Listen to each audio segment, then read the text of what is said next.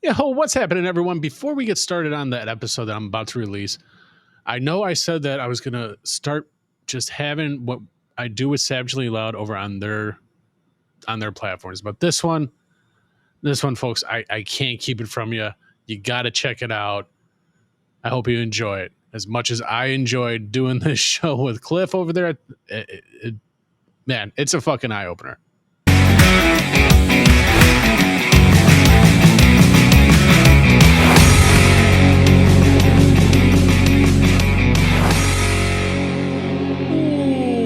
What's happening, people? Guys, welcome back to the show for the people that understand the facts. Divided by feelings equals failure. I'm Cliff, I'm your host, and I'm joined today on this beautiful Thursday, and it's not only Thursday, it is Thanksgiving. I'm joined by my wonderful friend, Dave Anderson. The Viking is back for this one.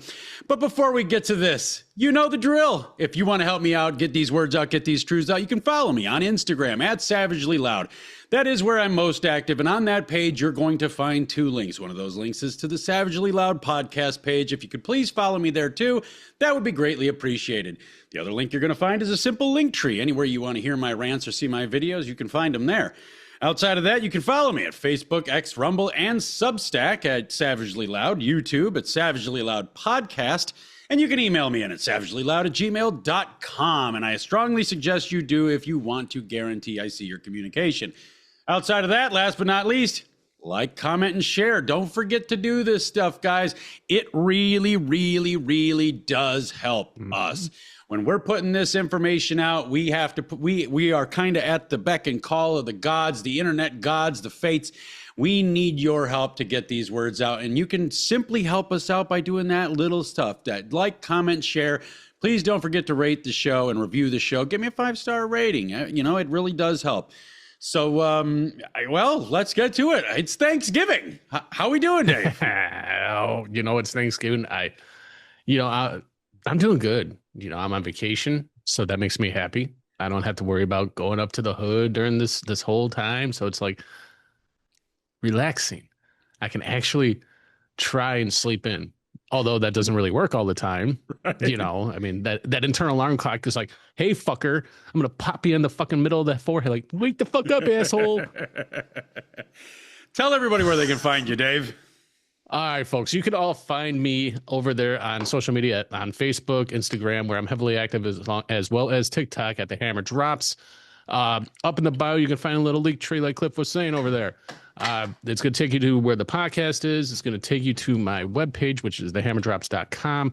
Don't forget to follow, like, share, leave a rating, because, as Cliff said, it helps with those algorithms for us to get these truths out and get this information out to others. Outside of that, yeah, I think that's everywhere. I mean, we've been through this spiel. I mean, how many fucking weeks? Don't forget your OnlyFans, right? Oh, yeah. Or you're on Feet Finder. That's what it is. Yeah, you can find me on Feet Finder at The Heathen. Yeah. Nobody's lonely at Cousins Only. Yeah, there you go. You want to see my feet? They're pretty fucking nasty. Yeah. But if you want to pay me, I'm okay with it. Working man's feet are always fucking nasty. Scaly, callous, dried out prehistoric riverbeds. Fuck these things. Hey. My feet have feelings, sir. Well, if mine did, that would have hurt them. So, yeah. How dare you push back on me? Oh, I'm so sorry. I won't do that ever again. So it's Thanksgiving, guys. I figured we'd have a little bit of fun, and we're gonna take apart Thanksgiving. We're gonna go down the traditional thing, the tradition line, and see where it all came from. See where the turkey came from. See where the stuffing came from. See where the celebration itself came from, and how it might have strayed from its original origin. So you're saying we're gonna blow up Thanksgiving for the viewers? Well, we are going to blow up Thanksgiving just a little bit. But here's the thing, guys, is because I believe truly, sorry, I got to put a little fucking thing away here. I truly believe that you can have more enjoyment with your traditions as you practice them if you know where they came from. And traditions always, it never fails. Traditions never started how we were taught. Traditions never happened how we heard they did. But that doesn't make them any less valuable today. So before we get started in this episode, that's the thing I want to make very, very clear. At no point in this episode are we telling you not to celebrate Thanksgiving the way you want to celebrate Thanksgiving. At no point are we saying that nobody should be eating this or doing that or dancing here or anything like that. We're just giving you the origin. We're just kind of going to take it apart and give you a nice little informational episode to listen to and have a little fun with it. But definitely, I don't know about Dave. I would assume he's about the same as me mentally when it comes to this. I am all for celebrating Thanksgiving. I'm all for gathering the friends, the family, the extended whatevers. Have a great day. Break bread together, talk with each other, try not to get in fist fights and dip people's faces in the fucking mashed potatoes and the gravy bowl, and have a great day. That's what we want you to do. We're just giving you a little bit of origin story here. Okay, you took some fun on my family day. Fuck your family day, you stupid bitch. I always look forward to being able to dunk people in the gravy and throwing mashed potatoes and stuffing at people. I mean, come on, you're taking the fun out of it. Dunking people in gravy. Maybe you do it differently than I do it, but that's a Friday night thing for me. It's a Viking thing. It's a Viking thing. We dip them in gravy before we suck the meat off the bones. Eggs. We got to tenderize them. Gotta tenderize them. Yeah, I thought that's what we use the hammers for. Well, yeah, we do that. I mean, that helps to get a nice little base going, but we want to get some liquid back in there after we bludgeon it all the way down. So we use gravy. And we have already come off the tracks, folks. Yeah. Happy Thanksgiving, fuckers. It's all the way off. It's all the way off. All right, so let's talk about it. Where the very first celebration happened. And what was this celebration? The true beginning. You know what year that happened in, Dave? The true beginning of Thanksgiving? Well, they're saying 1621. Yes, sir. 1621. In autumn 1621, the Pilgrims, English colonists at Plymouth, held a harvest celebration after surviving their first brutal year.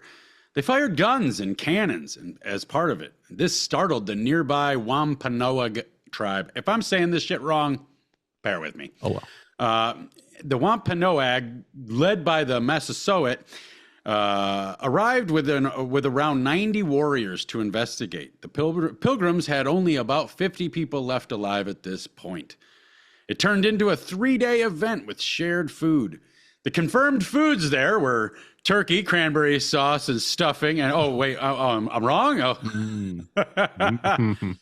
Keep going. As it would turn out, the original foods were venison. That was the original meat of choice, was venison, because the Wampanoag. I really want to know if I'm saying that right. That's starting to bother me too. But the Wampanoag tribe brought 5 deer. So the Indians did in fact bring food to the celebration. They also did have wild fowl. Fowl is bird, if you're not familiar. And it could have been turkey, but the most likely scenario was that it was a duck, goose, or a swan. Yeah, I believe it was like ducks, geese, venison, and maybe some like seafood and shit like that.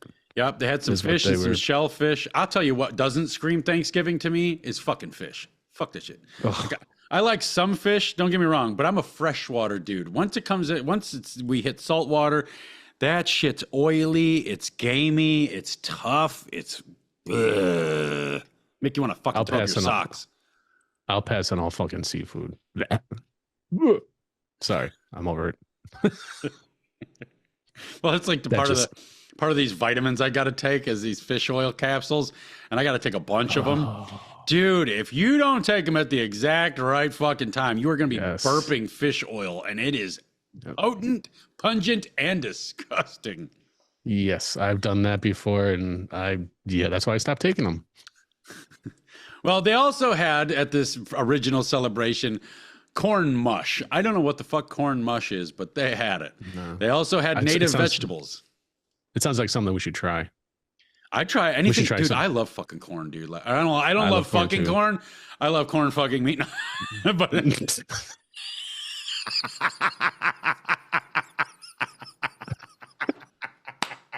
You see how, see, that's words matters. Let's use this as a learning experience. Words matter. The order in which you Yes. place the words in your sentence matters. I love fucking corn is a very different proposition than I fucking love corn.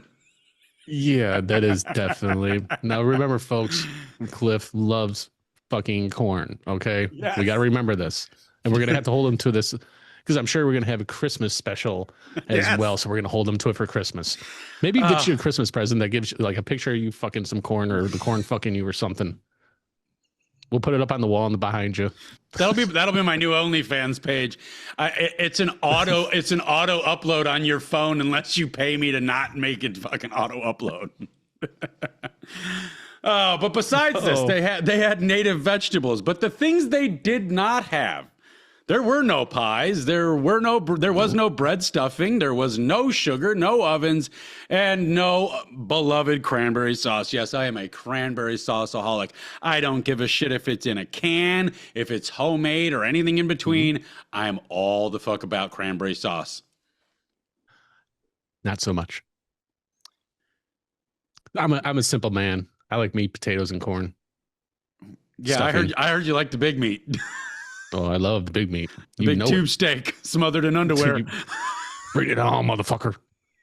Just say steak. I just want some steak, please. Please give me some steak. this meal was also not called Thanksgiving. It was just a simple harvest meal. It was a meal that everybody had to celebrate the successful harvest of all of this shit. But now, were they actually celebrating the harvest, or what kind of demonstrations were they having there during their first meal? You know? Why don't you tell us? Well, they did have military demonstrations to show their strength. Military On both demonstrations. sides. Really? This is interesting. Yeah. Do tell. Well, doing just a little bit of research, they just to show their strength, essentially, just to do like I guess they would do like the Indians would do their tactics or whatever, just to kind of show, and they all brought weapons to the first meal. So don't let them, like, everything we learned, it was all peaceful and all that stuff. Man, it wasn't fucking peaceful. They came with, I mean, if it was like 2025, they all came with gats. They had their Glocks in their back and everything like that. Like that's how this was back then. It wasn't what they're painting it out to be. But yeah, but it also wasn't just a big giant fight either. And I've heard that happened later. end of things. Yeah, but I've heard that end of things also from people, and they said, "Oh, you're celebrating a genocide because that was what the first Thanksgiving was really celebrating, was the genocide of the Indians." Nothing to do with that shit. And you really got to watch people, because people just say things now because it's easy, Mm-hmm. Yep. So what I really did think was really interesting is the breakdown. Okay, so the breakdown of the foods, because we need to compare and contrast, because what we were told isn't necessarily all the way what happened. So let's get into the turkey, because that's where everybody thinks. When you think Thanksgiving, you think immediately turkey, right? And I mean, frankly, turkey ain't all that great without all the other shit piled on top of it. It's just it's like another fucking chicken. Right? It's like, it tastes like what you put on it, It's just a bigger fucking chicken. Yeah, it's Let's kind be of honest. lackluster. Yeah, it's kind of lackluster. But it's the tradition. So if I have turkey, and maybe some of you guys out there are like this, if I have turkey on a Wednesday in August, it's fucking turkey, whatever. But on Thanksgiving, it's the most magical meat on the planet. I love it. I can't get enough of it. Bag of turkey, bag of ham, bag of all of it afterwards. Like, because everything goes in a bag nowadays. So. Right. Have you been in the store? And I mean, like, they're just fucking, like, turkeys are flying off the shelf. Oh, I don't doubt Like, it. I got to get to the store, actually. Crazy. Yeah, I got to go do my shopping. I would recommend it. Yeah. Well, I got to get. Go ahead. I didn't go with turkey this year. What'd you go with? Prime rib, baby. Prime rib's good. I like prime rib. I'm gonna smoke that fucker. Do you serve it properly, room temperatured? Yeah. Yeah, because I remember why we went out I brought a friend of mine out, and I told him, I was like, you got to try this shit. I'm going to take you to this restaurant. make sure you fucking eat the food because it's expensive. I mean, we got prime rib because he had never tried it before. And he's like, dude, I got to send this back. And I was like, why? And he's like, well, it's not even hot. I was like, it's not supposed to be. Eat the fucking thing. And next thing you know, and he was hemming and hawing about it. And next thing you know, he started cutting into it. And then it was just like fucking this giant chunk of prime rib was gone. Like he loved that shit. It's like fucking butter, man. That shit's fucking good. What's with you fucking Expensive all the time? but fucking good. Yeah. Yeah, it's very expensive for what it really is. I mean, Yeah. it's kind of like it's like if a chuck roast was good quality. Well, I mean, you can do a chuck. I mean, I know we're kind of staring off the. Well, I guess it's not really staring off the Thanksgiving thing, but I mean, chuck roast. If you throw it on a smoker, you can kind of almost make that into poor man's brisket. If you do I like chuck roast in a crock pot. That's I think the best way that I've had chuck roast because I always buy the big honking fucking chunks of that shit. I'll tell you what. The next time I throw one on the smoker, I'll have some for you. What kind of smoker? What kind of smoker do you got? I got a Traeger Ironwood. Oh, this fucking guy. Oh, I got a Traeger. I had my fucking as I preach from my pulpit in Beverly Hills. I'm in Beverly. I'm over here with a fucking Texas Sidewinder setup, which is absolute fucking pain in the ass. If you guys, I bought it because I really like the idea of the Sidewinder. And if you're not familiar with it, the way a Sidewinder system works is you put your meat, basically it looks like a big grill with a little grill hanging off of the side of it. And then there's a vent that goes through it. And all your cook box is here and your fire box is here. It's a pain in the ass. Don't get that. It's not for the faint of heart. It's not for beginners. A Sidewinder setup, you can get a really great result out of it. But if you're looking for ease of use, that is the absolute last thing on the list you'll ever want to grab. Yes. Yeah, that's why I went. I was looking into it. And that's why I went the Traeger, the Ironwood 650. You know, it has super smoke, it has everything. And for just like me, the wife, and just like cooking for a few other people, you can actually throw a lot of food on there. Like I've done so much different shit on there. I've done pot pies. I've done macaroni and cheese. I mean, you name it. And it tastes so fucking good. You know what's not good on a smoker? String cheese. I've had smoked string cheese. Never tried that. You can get it from Mars Cheese Castle. We're on the border of Illinois and Wisconsin, and there's this place called Mars Cheese Castle. You can get smoked string cheese at Mars Cheese Castle. You should, because you need to try it, but plan on throwing that $15 fucking chunk of fucking cheese away after you have your first or maybe second bite. It's awful. That doesn't sound very good. I mean, the macaroni and cheese turned out real good, but having string cheese, I don't know. Yeah, it was. You ever eat chicken or any kind of poultry that's been like way over smoked? That's what it tastes like. That's what it tastes like. Yeah. Don't do it, folks. Yes. So back to the Thanksgiving turkey. All right. So we were told that the Pilgrims and the Wampanoag had turkey at the first Thanksgiving. Wampanoag. Let's just call them Wampa Wumps. I feel like that's disrespectful. I feel like. Okay, yeah, you're right. That is a little disrespectful. We shouldn't disrespect the Native Americans. So, if any Native Americans are listening, we apologize. We are pronouncing that tribe's name wrong. Yeah, we'll call them featherheads from now on. Just kidding. You lighten up, motherfuckers. And Wampa was bad. Wampa featherhead.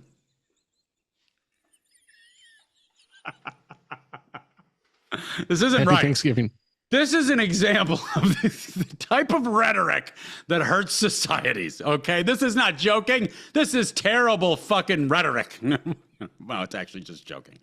Our heart goes out for you, native Siberians that call yourselves Native Americans.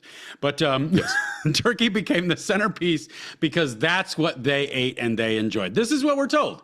That's what they like. They love turkey.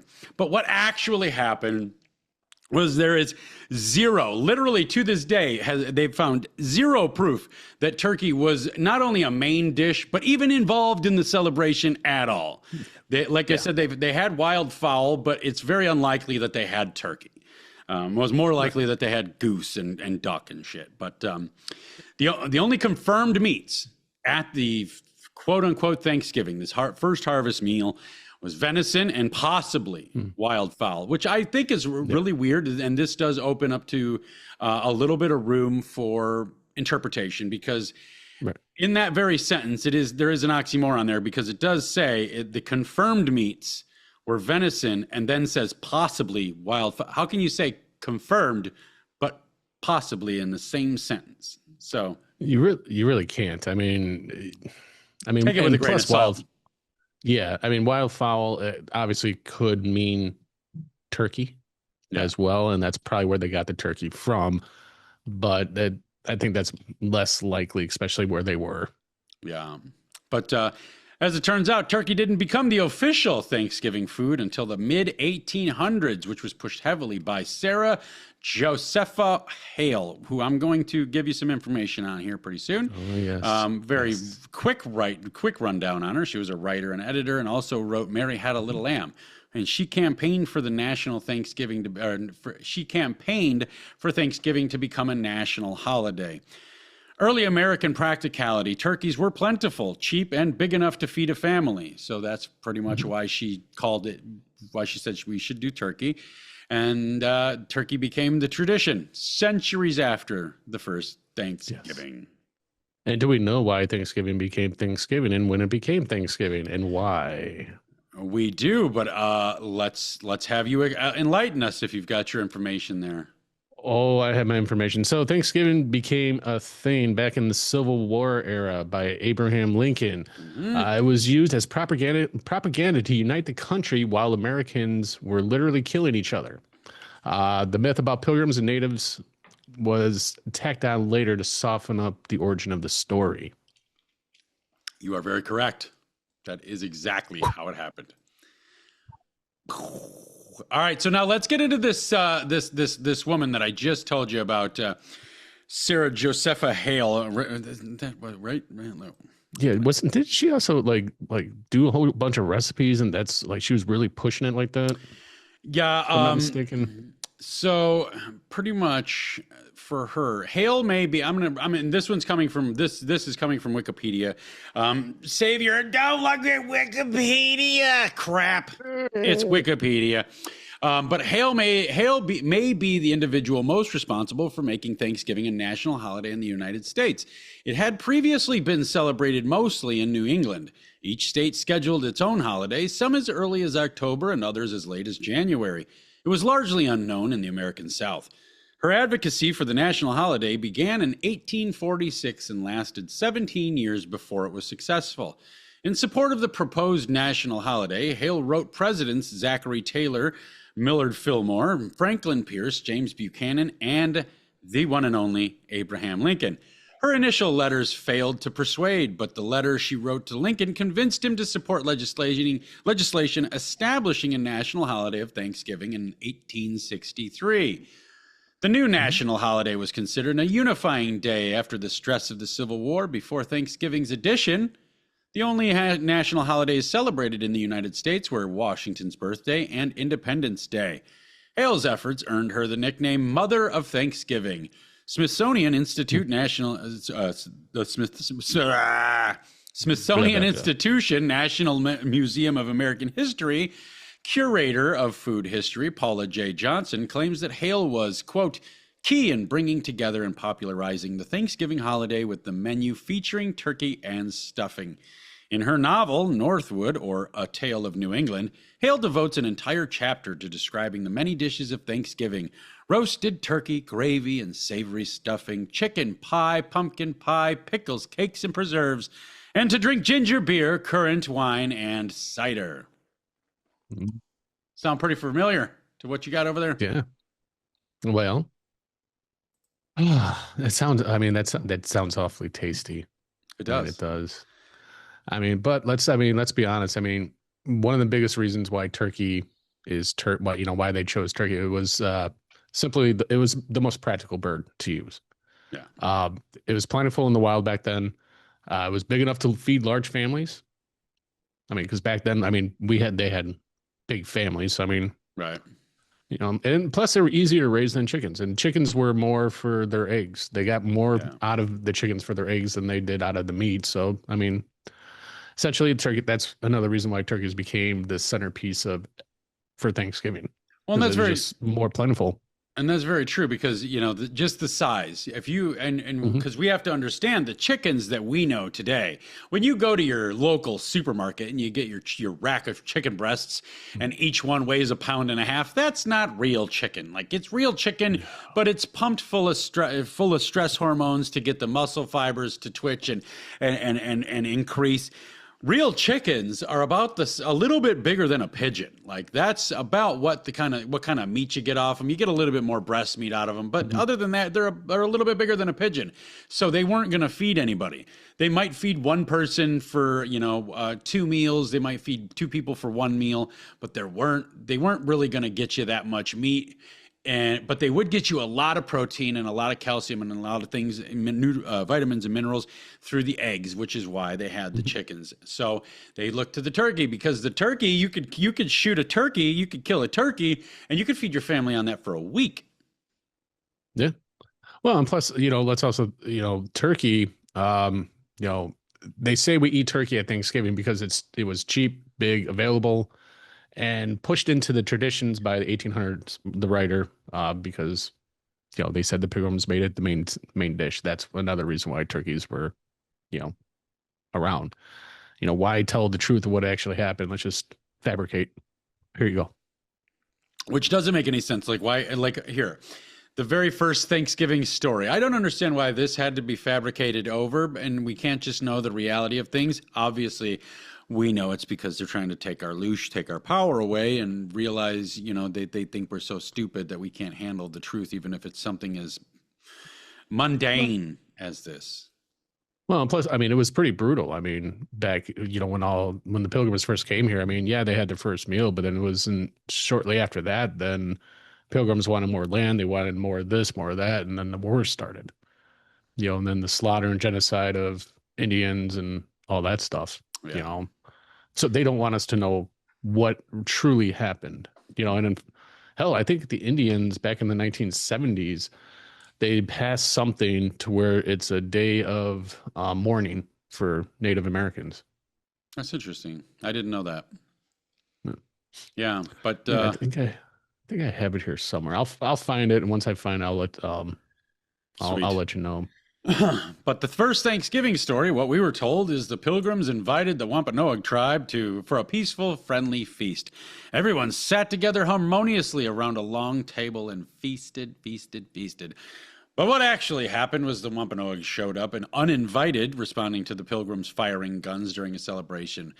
The feast lasted 3 days. This is not one. Could you imagine eating that much for 3 fucking days? Like, Oh, I mean, back in the day, it's a blessing, and even today, it's a blessing to have the food, yeah, and to especially to have enough food to be able to be gluttonous.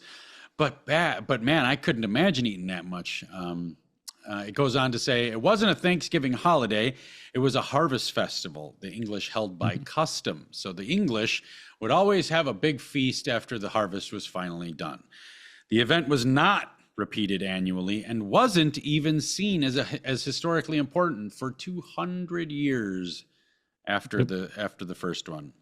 The relationship yeah. between Oh, I'm one sorry. second. The relationship between colonists and the Wampanoag later collapsed into war, death, and displacement. That's why I wanted to get that out there because it Yeah, touched on what you were just saying. yeah, and actually, that's going to touch on exactly what I'm about to say. Native people call it a day of mourning. This since 1970, many indigenous groups use this day to remember the fact that about the disease brought on here, the land theft, genocide, broken treaties. Thanksgiving isn't universally positive, obviously. I think by the time they got here as well, I saw a statistic where, okay, so epidemics wiped out about 70 to 90% of the native population before settlers even met them. So back when they first started coming here, the early Europeans would bring measles, um, and just all sorts of different diseases and just pretty much wiped out like 70 to 90% of the native population, just even before Thanksgiving. I got to tell you, I don't believe that. I don't not believe any of it, but I definitely don't believe that the Native Americans were completely fucking clean and disease free No. before the evil Europeans got here. These motherfuckers ate raw meat. They peeled each other's faces off, raped everybody. Like, there were diseases in this country before we got here. And that's one of the things that I think plays directly into the story, the lies of Thanksgiving was, the Native American, the Indian was completely disease free and healthy, had no problems and this and that before the evil Europeans got here. It's just another layer of horse shit that they had to smear all over it. Well, yeah, and what else they're saying is it's basically with that thing that I was just brought up. It says by the time pilgrims arrived, diseases brought by earlier Europeans had already devastated entire nations. Some villages were empty when colonists arrived, not for from lack of civilization, but from catastrophic pandemics. So, I mean, yeah, I mean that kind of fits into that where it's like, hey, it was the Europeans, bad Europeans that came over here that brought all this stuff, but they try to continually mix this stuff in to make it seem like, Europeans were bad, Yeah. Europeans, but let's not focus on anything else. I absolutely don't disagree with the fact that European brought some pretty exotic diseases with them, because when you've got a civilization on one side of the ocean and a civilization on another side of the ocean, and they've never met, once they meet, there is bound to be some interaction. There is bound to be some problems. One is going to introduce some things to the other, and the other is going to introduce some things to the other. And that's where I don't like the division line, that dividing line that they always put between the early European settlers and the Native Americans. Is they always talk about the Europeans killing off the Indians because they brought over all of this disease, but they never want to talk about what the Indians gave to the Europeans, because they gave them some shit too. Oh yeah. But that's another show. We're trying to keep this Thanksgiving. We're going to keep this fun-ish. Well, I mean, I think they gave them, a couple, head dressings. Let's just say that, scalpings. Yeah. Made new feathers out of their own fucking scalps. Yeah. But made a necklace out of their teeth. Yeah, they were brutal motherfuckers. Like, and I'm not throwing any shade at the fucking Native Americans. I'm not throwing any shade at you for being brutal. Everything, everywhere, it was brutal back then. And the Native Americans, I'll be honest with you. In fact, I actually envy them to a certain level because they were so brutal.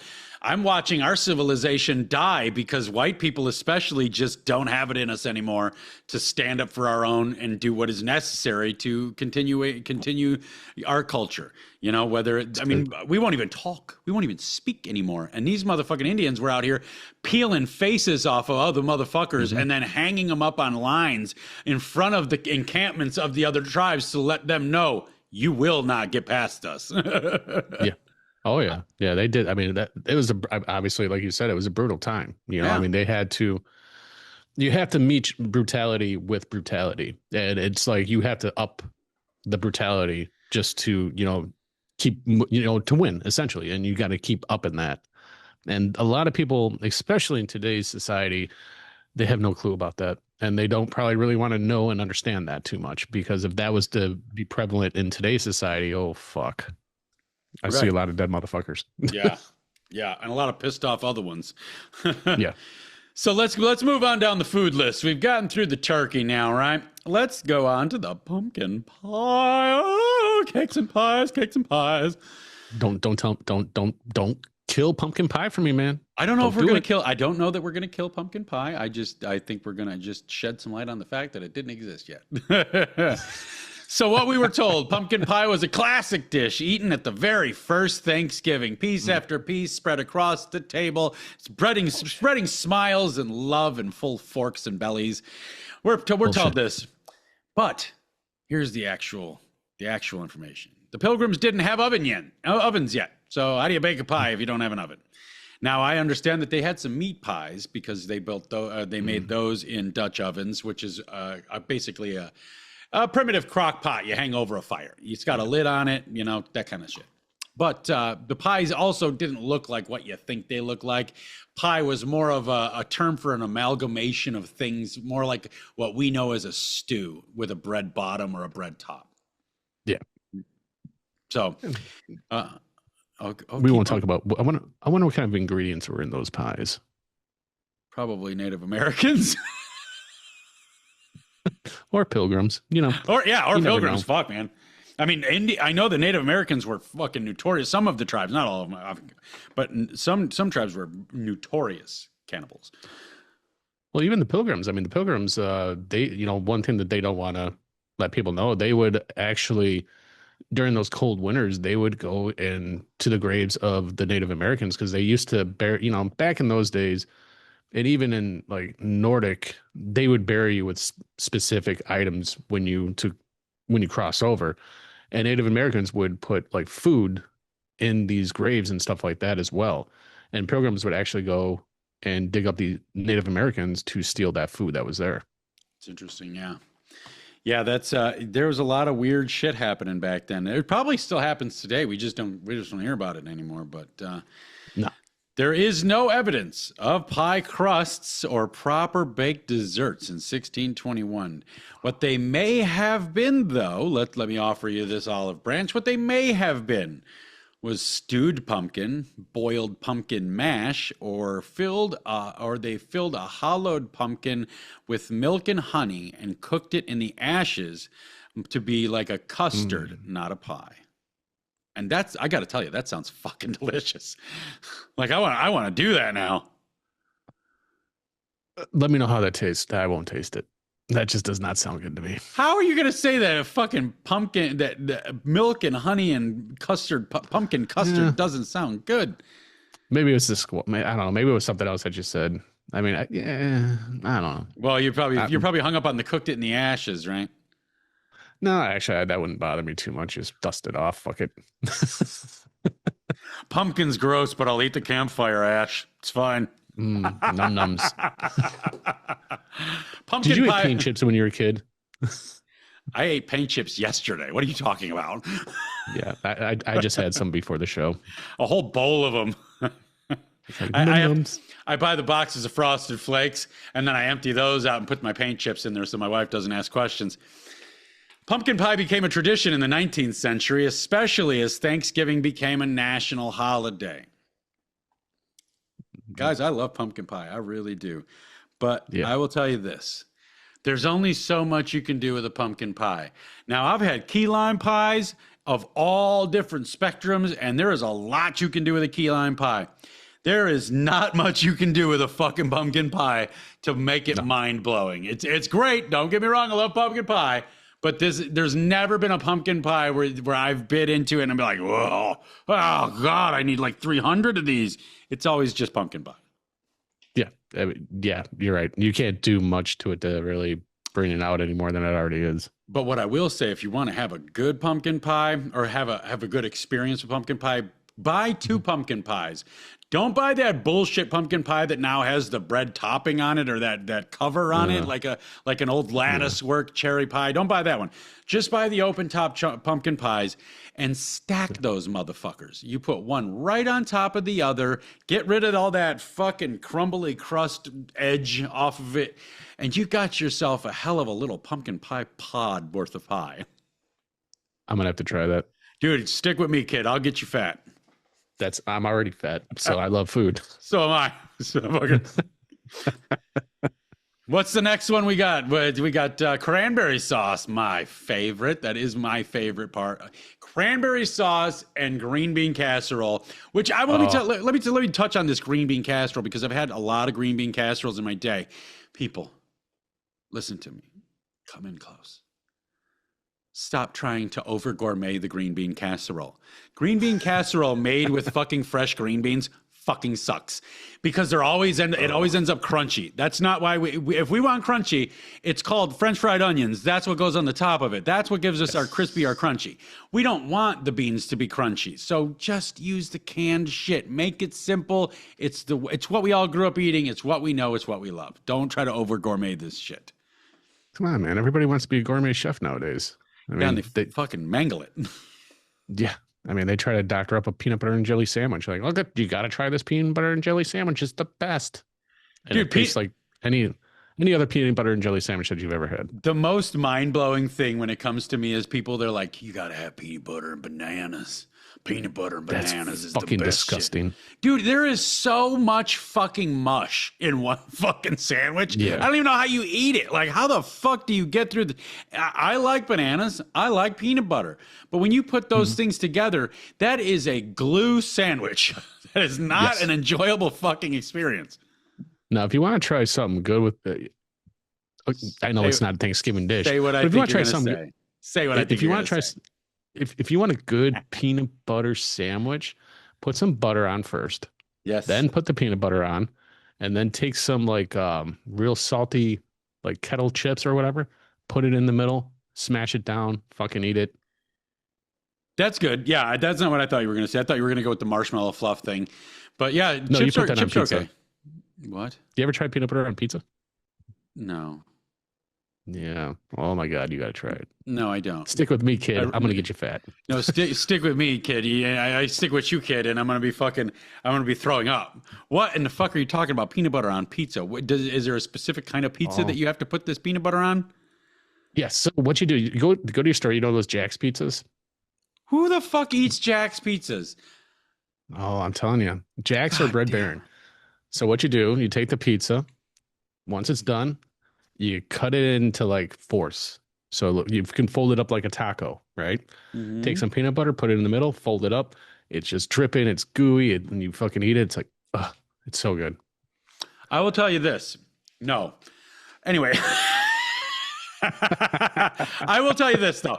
I have had okay, so there's a place called the Lazy Dog Restaurant or Lazy Dog Bar and Grill. I think it's chain, so if you can look them up, but they have a peanut butter and jelly burger that is phenomenal. I would have to Phenomenal. try that. I would try that. It's a little pricey place. I mean, you're gonna go there and spend $100 for two people. That's okay. But the ambience is good, the food is good, the drinks are good, the service is good. You're gonna want to go there. But man, that peanut butter and jelly burger was fucking amazing. I would definitely eat that. I would. Yeah. I'm not, however, gonna indulge in that peanut butter pizza. That doesn't. I mean, maybe it was that back in the day, like when I was like really smoking a lot of weed. And we made some fucked up concoctions, and that was one of them, and it tasted really good. So yeah, it sounded because that was my first reaction is when you said peanut butter on pizza. That reminds me of hey dude, you got to try this. Look how bad it is kind of situation.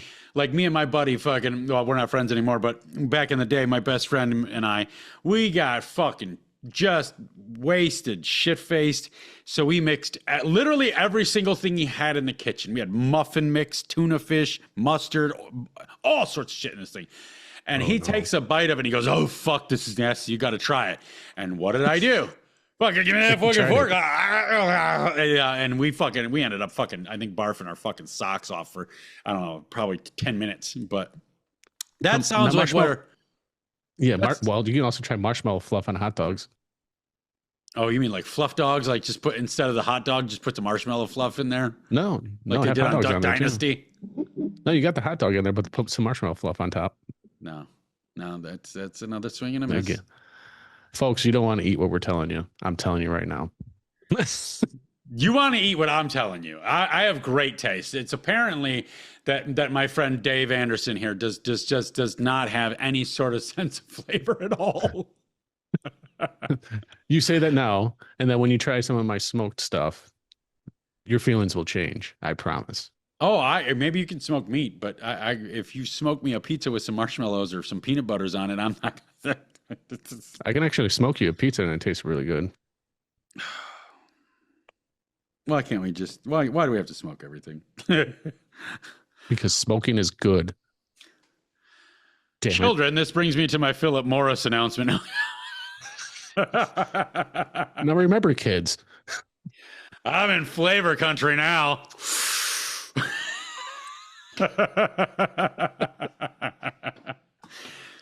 Smoke meats, not cigarettes. You'll be fine. Yeah. Cigarettes are nasty. Plus, you smell like shit too. But I'll tell you what, dude. There's something about a fucking. I'm a lifelong smoker. Quit a couple of years ago. There is still something to this day. There is still something about a woman that has that fucking that filthy ashtray smell about her that just makes me want to fuck her like a barfly, like I was back when I was 22. Yeah, literally like a barfly. Yeah, absolutely. Just covered in tar. It's like, come on, baby, let's get you wet, and all you just see all this fucking shit running off her. Gets Tasty. like back in the day, my parents chain smoked and they smoked in the house, so we couldn't move any pictures or anything like that because it was everything was outlined with yellow tar and shit. Yeah, then when you wash the walls and it's all fucking yeah, fucking disgusting. Yeah, that's fucking bad. So, and this is why you shouldn't smoke. Yeah, exactly. I do love smoking, though. Even though I don't do it anymore, I love smoking. It was just the action, the fact that nobody died because I was having a cigarette. As a direct result of me having a cigarette, nobody died a lot of the time. So, there's some things there that I still miss and I still love, but all of it's bad for you. So don't do it. Let's get back to the topic. Okay. So massive family dinners, right? What we were told. Thanksgiving has always been a big family gathering holiday with much food and much celebration. But what actually happened was the colonial Thanksgiving, 17th to 18th century, was mostly religious sermons and fasting, not feasting. They actually celebrated their harvest by fasting. So the huge family meal became popular in the Victorian era in the 1800s, and it was heavily romanticized, literally invented by writers to create a warm, unified American tradition. That kind of goes back to that whole lie we were taught about, Thanksgiving and Fall Harvest Festival, and when it was really Abe Lincoln trying to, if you ask me, bolster his numbers, but Well, I mean, it's political rhetoric that we still see today. I mean, it goes way back, folks. Trust me, it does. Oh, what about the one big thing that everybody knows about? If I asked you, Dave Anderson, to tell me the number one most known thing about Thanksgiving outside of turkey, what might it be? If I said associate something with Thanksgiving. Everybody knows what it is. Everybody knows its term. What are you going to tell me? Well, I mean, there's a couple different things, man. I mean, I'm gonna go with the top one that I'm thinking. I'm thinking about the if we're talking about more of our century, decade, or whatever, I would have to say it was the Macy Parade. That is a good one. Tell us about the Macy's Day Parade. Oh, yeah. Oh, you mean about the giant balloons that they have right now floating around? Yeah. They didn't have that back then. I mean, they literally they borrowed animals from the Central Park Zoo. I'm talking lions, camels, bears, all these, killing animals like lions, and they would have those in the parade. It's like, thinking back on it, it's like, holy fuck, you really put people in the harm's way with that. Yeah, motherfucker had lions on leashes with some fucking kid walking. I'm like, yeah, that's not going to go wrong. Lions and bears, I mean, apex predators on leashes and shit. Like, here you go. Here's our parade. Don't worry, kids. It'll only bite your finger as the whole arm comes off. Like, what the fuck y'all thinking, man? And then they decided to go into the parades, with the balloons, because it just, consumerism. They have to, they have to get that stuff out there. And a lot of the stuff you see is just that. Do you happen to know what year the Macy's Day Parade started in? Oh, not off the top of my head. I had to take a guess. Wasn't that? I would have to say like in the maybe 40s, 50s, something like that. You're a little late. Started in 1924. Oh, really? It did go that far back. Yeah, it went really far back. What is that? But I find it interesting because just 10 years later, the NFL Thanksgiving Day games in 1934, they started with the Detroit Lions marketing stunt. Oh. Both of these things are marketing traditions, not historical traditions. Would you look at that? But now let me say this. Let me say this because at the top of the fucking show that we did say Mhm. we're not trying to sour you on the tradition. It No. started in 1924. It's literally 101 years old now, this Macy's Day Parade. So I think we are well within our right to call it a tradition at this time. Okay. Yeah. So enjoy the parade. Have fun. I love parades. I like parades. I don't even give a shit if the parades are a bunch of fucking gay people. As long as this parade is making me smile and not hurting anybody or showing Yeah. their dicks to anybody fucking in public, I'm great with parades because it really is a great way to bring that community, at least maybe not necessarily together, so to speak, in the sense that we know it as today, but it brings the community out of its house. And the more people Yes. get out of the house, the happier they are. Well, and plus, I mean, with the tradition of the parade and the lines, I mean that goes back when obviously when I was a kid. I'm not that old, but I mean, I remember Thanksgiving. It's like football. Thursday was football. We would watch football. And that was the thing. The parade, then football, and then eat turkey. It's just a tradition in many American households. Yeah, and I will say that it is. Football was never sports were never a thing in my house. Like my parents didn't like sports. I didn't like sports. Mhm. We, we were kind of like that. We had better shit to do than sit down and for Right. 4 hours and watch adult men play a game that the kids were playing in the front yard. Granted, they played it to a different level, but I didn't get into it. And as life went on, I never really did get into football. In fact, football is my least favorite sport. I think even including cricket, football is my least favorite sport. I do appreciate some of it. I do appreciate the athleticism. That's the thing. I like the hard hits, the athleticism. Yeah, take your fucking headphones off, bitch, because I don't like football. Yeah, I see how you are. Ah, fuck you. But yeah, I it's not that I don't appreciate the athleticism and the strategy. I'm a huge one for strategy. I love it. I just But I just don't have it in me to sit down and watch the game. But you know what? We can really blow up football for people, but let's not do that because I think if people actually heard the truth about NFL, that would probably change their perspective on the NFL altogether and No, I football. don't. I don't think they would. It's bread and circus, baby. It's bread and circus. Yeah. Well, they just Nobody. won't believe it, even though it's fact. Right. Yeah. But we'll do a show on that one day. Oh, we will because we're So, gonna touch everything. oh, we're gonna touch all the specialist spots. So now we're on this retail thing. What? Oh, wait a minute. You want to go into the retail thing? Yeah, let's get into the retail thing. You know where we're Oh, going. Take oh, us yes, there. sir. Take us there, Big Dave, the Viking man. Take me Oh there. man. So you want to talk about Black Friday Yes, and let's talk Black about it. Friday? Oh, are you sure these listeners are ready to understand when and why Black Friday came about? No, but I think we need to. I think they need to hear it anyway. All right, motherfuckers, listen up. All right, so back in the 1950s, the Black Friday, this is when Black Friday originally came around. So Black Friday isn't what you think it is. It isn't about consumerism. It was a disaster back in the Yep. 50s. Philadelphia police coined the term because the day after Thanksgiving was full of traffic chaos, shoplifting, and overwhelmed stores. Not your shopping holiday like it is today. They were just like it was like bad Yeah, there.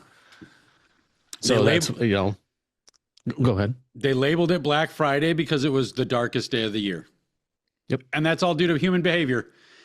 Like you Yeah, here said, we are. traffic jams, chaos, fights in the street, fights in Mhm. stores, fights everywhere, fights over cabs, But fights over buses. I mean, people just went to absolute hooliganism afterwards. but hell, I mean people still do it today. Yeah. You want to go to the store to get that special buy, that special TV that's on sale, and what do you motherfuckers do? What you do is if it's the last one, you're getting in fist fights, you're stealing, you're pulling, you're grabbing, you're trampling people just to get what they're telling you to buy. Right. All the Well, while, also, families are torn away from their, you know, family members are torn away from their families to have to work these days. So, like, they're literally taking what Thanksgiving was about and making it more about consumerism. Okay, so let's get a little bit savagely loud on this one. I like how you brought that up. So Go. we're gonna go full savage on the retail thing. I give zero fucks. Hmm. Absolutely 100% zero fucks about retail workers working on holidays. Do something better. Do something bigger. Get a Yes. fucking skill. If you're working Hmm. retail and you're a child, suck it up, Buttercup. This is the world you live in. Sometimes you got to work on holidays. As you get older, let this motivate you. If you don't want to work on the holidays, grab yourself a skill that will allow you to tell your boss, this ain't happening. So, and Hmm. we get this every single year. People hitting the internet, oh, we can't be with our families because you want to go shopping. No, you can't be with your families because you failed to put more effort into your life, and you're Hmm. a 42-year-old fucking Walmart shelf stalker. Not my problem. Hell, I remember when my dad was still around, he worked for Walmart, and I got so pissed when we were at Thanksgiving on Thursday. We're just about to sit down to eat. My dad was able to eat real quick, and then he had to fucking leave to go to Walmart. And he did like worked in the meat department, and he was retired, semi-retired. And I just looked at my dad. I'm just like, what the fuck are you doing? I would get so pissed. I'm completely against like shopping on Thanksgiving. I think families should be with families and not have to worry about going and opening up a fucking stupid ass store because you dumbass fuckers want to go out and buy something. So I think that's fun. That's interesting. You're on the opposite side of me then. Is that Hmm. safe to say? You think Yeah. that everybody that goes shopping on holidays is an asshole, and I think that everybody that works retail Well, is an asshole when they bitch that people went shopping. I don't think people that go shopping on that day are assholes. I think the corporations are more the assholes. I'm more pissed There with is the a greed level corporations. there. Yeah. There is like if you can't just close down a fucking day and let all your Right. employees go be with their families without Right. crushing the bottom line, you're probably doing something wrong from the top down. Exactly. But And that's where I stand with it. It's more of the corruption from corporations that are forcing the families to, people to leave their families to do this thing. I remember we had a very close friend of the family. He worked, Blockbuster back when I was growing up was the only thing that was open. And he was working because people, back then you'd have your turkey, watch your football, watch the parade, and then at night you all watch movies. And he would work those nights, over at Blockbuster. We would bring him up food. We'd bring him up a fucking dish so he would have fresh turkey, stuffing, potatoes, and all that stuff. So this way, because he wasn't able to be with his family to eat, so we brought it up to him. yeah, You know, that's nice stuff. yeah, That's very nice gesture. yeah. I mean, we tried. I try to be nice every once in a while. It doesn't work very often though. And that's the thing about fucking the biggest assholes on the internet, like me. We're the nicest motherfuckers you'd ever want to meet. We'll bend over backwards for you if you Hmm. ingratiate yourself to us. We will bend over backwards for you, just on a human level. But man, if you cross us, we are something fucking else. But yeah, Yeah, don't. Yeah.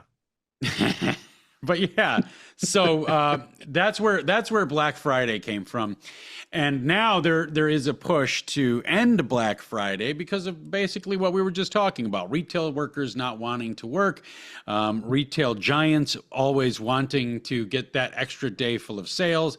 But here's the thing: is I think if I'm going to be honest here, I can apply some nuance here. I can apply some gray area here, and I can say both sides are right. The employees are right for just wishing to have a day with their families Right. that where because everybody's gathering. It is a specific day. It's not like I want every Saturday off so I can have my weekends. Get a skill. Fuck your weekends.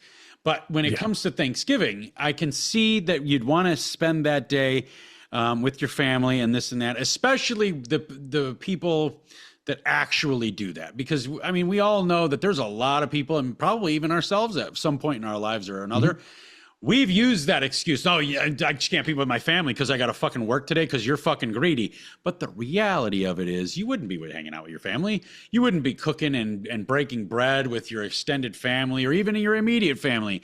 You'd be hanging out in your room, jerking off or playing video games until they called you down for dinner. You'd have your nice dinner, and then you'd get the fuck back out of that place, right? Yep. Yep. Pretty much. Exactly. Yeah. I mean, that's So, how a lot of that's how I got sometimes. It's like, all right, I'm here, especially when you first start dating somebody, and you have the two spots you got to go to. Yeah. That's fucking overwhelming. It's like you got to go to two different families, and you're at your families, you're at her families, and it's just like, holy fuck, enough's enough. I want to Yeah. go. That's it. Yeah. I'm done. Well, and then you get to like, why is this celebration lasting so long? My first wife, Mhm. every fucking holiday, her family, there was always somebody in her family that had every holiday. They call it having a holiday or Mhm. having the holiday. So, it was this aunt's house on 4th of July. It was this aunt's house on Christmas. It was this uncle's house on this every single holiday. But and which I didn't mind too much. It did kind of get in the way of our family starting our own traditions interfamily wise. Right. But what I didn't like about it is all these fucking celebrations were like 10 hours long. Like we would get to Thanksgiving at like fucking at like 9:30, 10 o'clock in the morning and not leave till like 9 o'clock at night. Mhm. Like, dude, Oh this yeah. is and I'm already 4 hours at that point. I'm 4 hours into being done with this shit. I am 4 hours into vibrating because I'm so fucking mad because I want to go home. Try doing Thanksgiving with the Greek family. I know Let a me lot tell of you, Greeks. I at least they're a lively we bunch. they are a very lively bunch. I mean, you would literally start off. I mean, my wife's uncle, when we first got together, the very first Thanksgiving I went to over there, it was an all day event. I mean, we had two turkeys. The first turkey that came out, we made this Greek soup with, and so you start off with the Greek soup while the other turkey's still cooking. So mind you, her uncle was up super early to start even the first turkey so they can even get the soup done by like for lunch. Okay. You start off with that by the, I mean, you're already fucking full by then.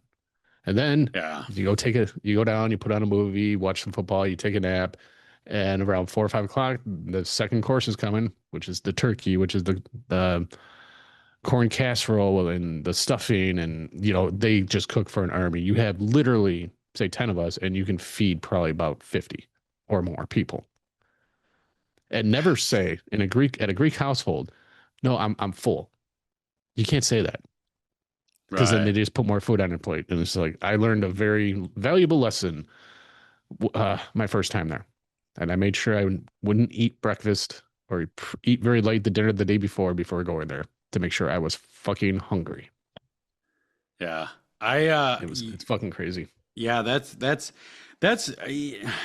I can't I can't eat that much. No. I don't have the bandwidth. Yeah, and I think maybe that's it is because I'm very uncomfortable, as with everybody is, but I'm extra uncomfortable when I'm too full. And when Hmm. people just keep offering me food, my brain immediately kind of shifts to this sense of, you're not fucking listening to me. I don't want any more. Stop Yep. it. Shut the fuck up and go away.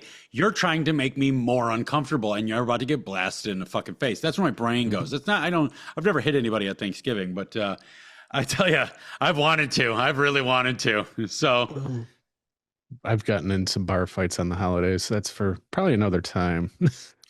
yeah. So, we were let me hear this one. Let me hear it. so all right. I'll tell the story. So after this happened, our parents, because me, my brothers, and my sister, we all went out. And my parents told us that we are not allowed to go out with each other anymore after what happened. You remember in McHenry the old sloppy teas? No, I'm not super familiar with McHenry. I used to drive through it, but never around it. Okay, well, there used to be a bar called Sloppy Teas. It was right by the Dodge dealership in McHenry. Oh, okay. Well, so after we got done doing the family thing, the very first time that we all went to a bar with each other, and we go out to a bar and we're drinking, having a good time, minding our own business, and then all of a sudden, one of our friends got sucker punched, and then mind you, both my brothers are ex-military, and they have PTSD. Well, they saw that, and the next thing I know, my oldest brother has this one dude and rushing him towards the plane glass window and almost put him through it. And it just turned into a big old fight. And once we got back home, cops were called, all that shit. We get home. My parents are like, you guys can never go to a bar together again. And ever since then, we haven't been to a bar with each other because I of that. I don't go to bars with people anymore because I mean it all started when we were 21. Every time I showed up to a bar with somebody, I've never been a drinker. Like I've never been a real big drinker. Yeah. I've tied a few on. Don't get me wrong. I've had my days. I've had my nights. In fact, I used to have the once a year Clifford Ultra Drunkening. That's what it was called. Everybody called it that because it was only once a year that I ever wanted to get drunk. And when I got drunk, I got all the fucking way drunk. But other than that, I might have a beer here and there, or my thing was more of a bourbon. I like bourbon on the rocks, and I'd have one every now and then, socially. But I've never been a real big drinker. But on them nights that I did the Ultra Drunkening, that was epic. But when going to bars with people, everybody got a big mouth that I was with because I was there. They've got their 6'2", 270-pound fucking friend with them has been done nothing but at that point fought every damn day of his life. So we got this, motherfuckers. And that's why I stopped going to bars with people, because people get big mouths, they get big chests when it's seemingly when I'm there. So I'm not into it. I'm not into being around drunks. I'm not into being around fucking belligerent assholes. Even if they're my friends, I'm just not around it. I'm not about it. Yeah, no, neither am I. I stay away from bars. Actually, I don't even drink anymore. I haven't had a fuck. And I used to be a big drinker. Oh, really? I haven't had a drink in over 3 years. It doesn't do me any, I don't know. I just got, I got a short fuse as it is. And my fuse went real short when I was drinking. I mean, I was the guy that I would go out with some buddies and a buddy would be like, yeah, point out some dude randomly in a bar. Like, yeah, this guy used to pick on me and kick me in the balls all the time when I was younger and all that stuff. I was the guy who walk up to that guy that he pointed out, my buddy pointed out, bring him up to the table and be like, hey, you know so-and-so? He's like, oh, yeah, blah, blah, blah. And I'd be like, hey, I think you owe this motherfucker an apology for what you did to him. I was that guy. And then I would have people looking at my buddy like, yo, put a leash on your boy, and I would look at him and be like, put a leash on me and let's fucking do this right now. I'll take all you guys on. Yeah. I didn't care, and, when you're that young, I mean, yeah, I get it. But, man, when you get older, it's just like, yeah, there's too many idiots. I don't want to deal with it. You go from big guys one-on-one, little guys in groups. Let's fucking go to, why the fuck did I even come? Exactly. I could be having so much more fun fucking playing games at the house or fucking sitting around just staring at a wall in silence. Like I could have so much more fun doing other things. I would have more fun nowadays probably taking my dick and slamming it in a fucking windowsill. Yeah. Yeah. I mean, that's just it. I mean, I'm not a fear of being arrested or anything because, I mean, let's face it, I'd be out of jail and don't do it again. Yeah. Well, and it's not like, I mean, as you get older, you get to the point where you just kind of diffuse the situation anyway. I don't, we've all been that young buck where we were just looking to throw hands with somebody. But now it's just like, my thing is I'm a little bit older now. So, it has nothing to do with with fear of getting hurt. And it has something to do with the fear of hurting them to a point where I'm going to go to prison for a very, very long time over something that didn't even need to happen to begin with. And it's only going to be, I'm pretty fucking even keeled. Like when it comes to shitty situations, I'm very, very analytical. I will sit there and that's how I got the name Turtle. Like I everywhere I go, I stand by the door, back to the door, face to the crowd, see what's going on. I can dip if I need to, but we're going to analyze this situation before I get comfortable. So I would just do that. Somebody would bring me a problem and I would analyze the fuck out of it. And we'd get to a point where it's like, okay, well, all right. So I saw you just put your right foot back just about a half an inch, which means you might be wanting to strike me with your right side. That means I'm going to dip to the left. I'm over it. I'm over it. But now if we get to a point where you push me, I'm not going to stop. I'm not going to fucking stop until all of your teeth are shoved firmly into your stomach by way of your throat. Yes, I fully agree. And you know what? And we're a lot alike. I'm finding out more and more every day. We're a lot alike. Well, we gotta see each other naked to know, right? Hey. That's for our OnlyFans. OnlyFans only. OnlyFans only. Cousins only.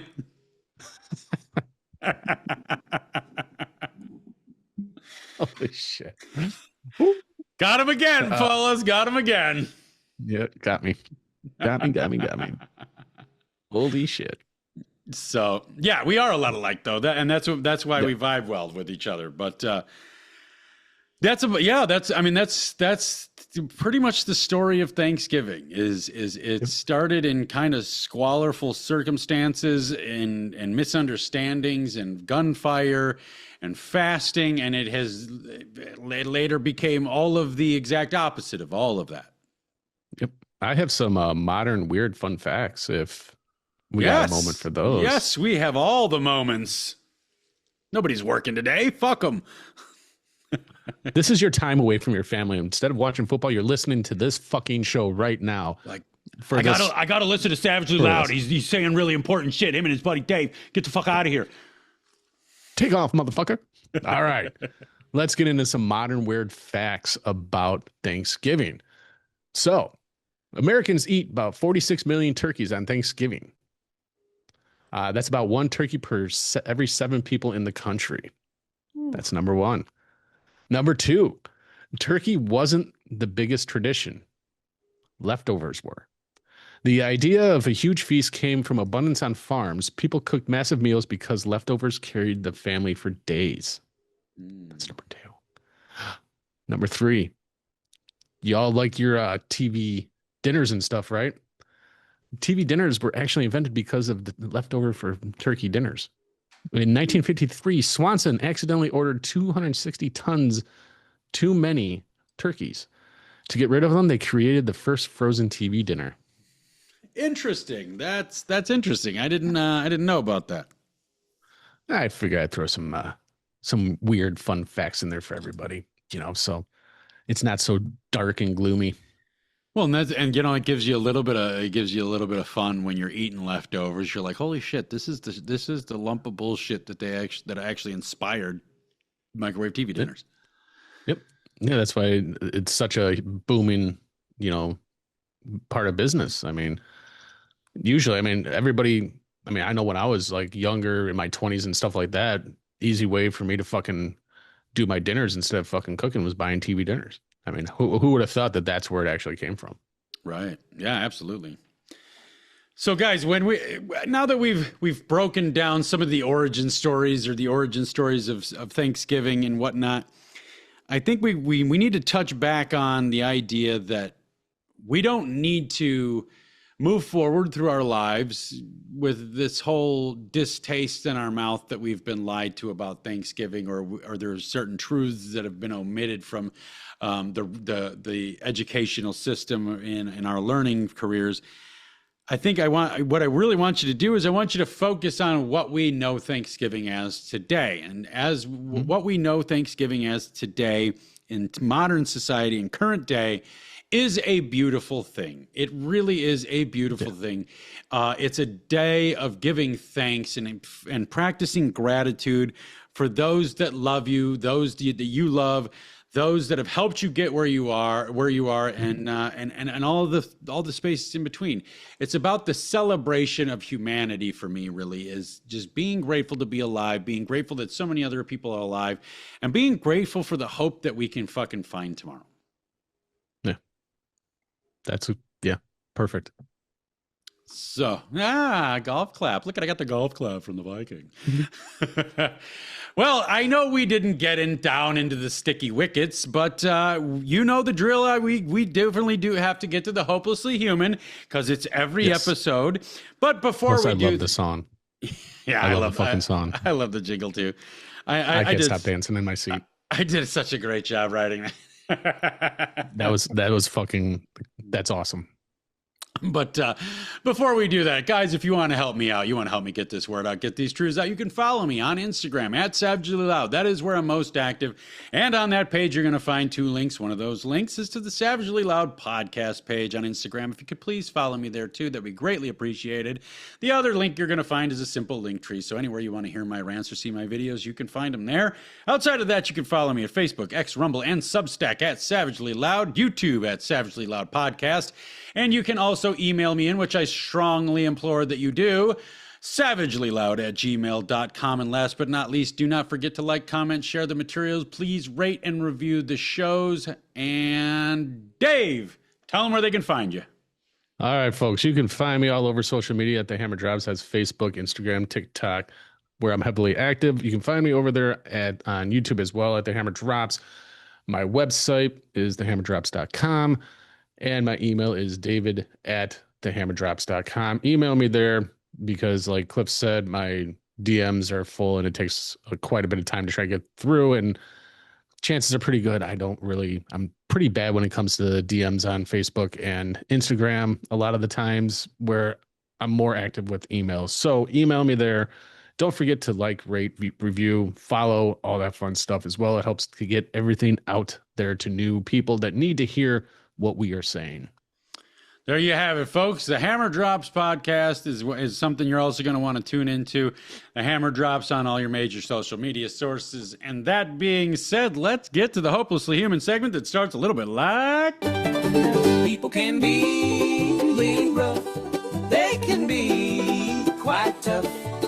They can get in the way, but at the end of the day, some aren't only stupid, some are hopelessly human. Yes, they are. Some are just hopelessly human, and today's star is no different. This story comes from a website called pureflix.com.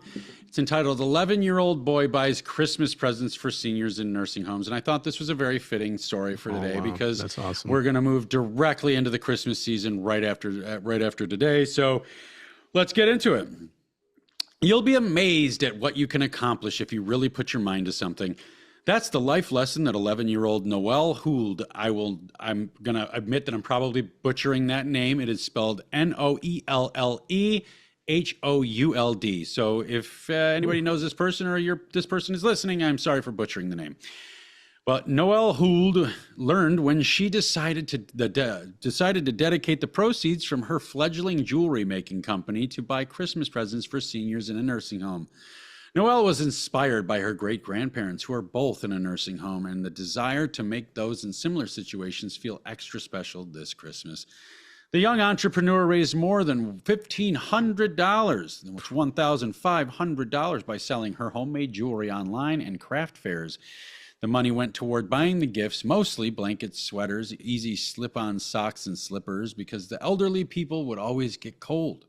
The real gift, however, was no doubt her sincere thoughtfulness and kindness, which residents of Fairview Senior Living in Hudson, New Hampshire felt in full force. It makes us feel wanted and lets us know that somebody is still thinking about us, said resident Bob Hartford. We're not just left alone here. That is absolutely beautiful, especially coming from a child. That's Hopelessly Human, and that's the show. See you later, guys.